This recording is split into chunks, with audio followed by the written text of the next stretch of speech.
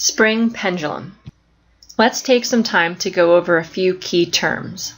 Displacement is measured from the equilibrium point.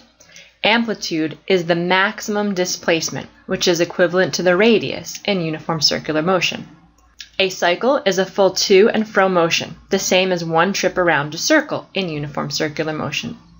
Period is the time required to complete one cycle. That is the same as period in uniform circular motion. Frequency is the number of cycles completed per second. Again, the same as frequency in uniform circular motion. There is a point where the spring is neither stretched nor compressed. This is the equilibrium position. We measure the displacement from that point. The force exerted by the spring depends on the displacement. F equals negative kx. That negative sign means that it is a restoring force. So if the displacement is to the right, the force of the spring is to the left. And if the displacement is to the left, the force of the spring is to the right.